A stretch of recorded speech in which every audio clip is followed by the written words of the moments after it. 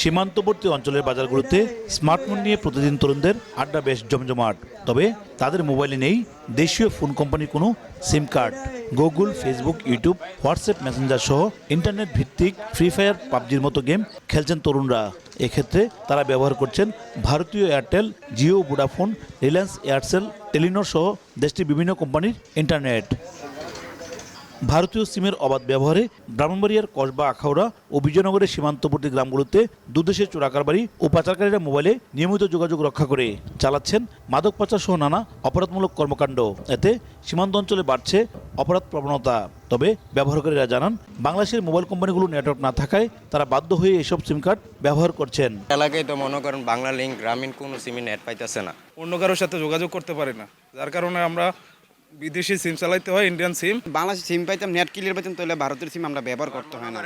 তবে সচেতন নাগরিকরা বিষয়টিকে রাষ্ট্রের জন্য অত্যন্ত স্পর্শকাতর উল্লেখ করে এ ব্যাপারে দ্রুত সরকারি হস্তক্ষেপ কামনা করেন।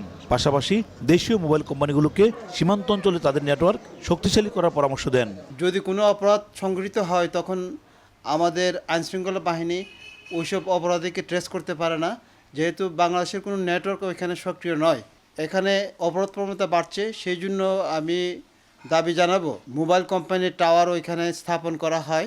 বিজিবি ও জেলা প্রশাসন বলছে, বিষয়টি নিয়ে দেশীয় মোবাইল অপারেটর কোম্পানিগুলোর সঙ্গে কথা বলে পদক্ষেপ নেওয়ার পাশাপাশি সীমান্তে অপরাধ দমনে তৎপরতা বাড়ানো হবে। বিভিন্ন নেটওয়ার্ক যারা আছে তাদেরকে আমরা বলেছি যে এদিককার নেটওয়ার্কটা ইমপ্রুভ করার জন্য, যেন আমাদের পার্শ্ববর্তী এই ধরনের ইনসিডেন্ট না হয় ভবিষ্যতে, আমাদের অন্য দেশের সিম ব্যবহার করা থেকে তারা বিরত থাকার সুযোগ থাকে।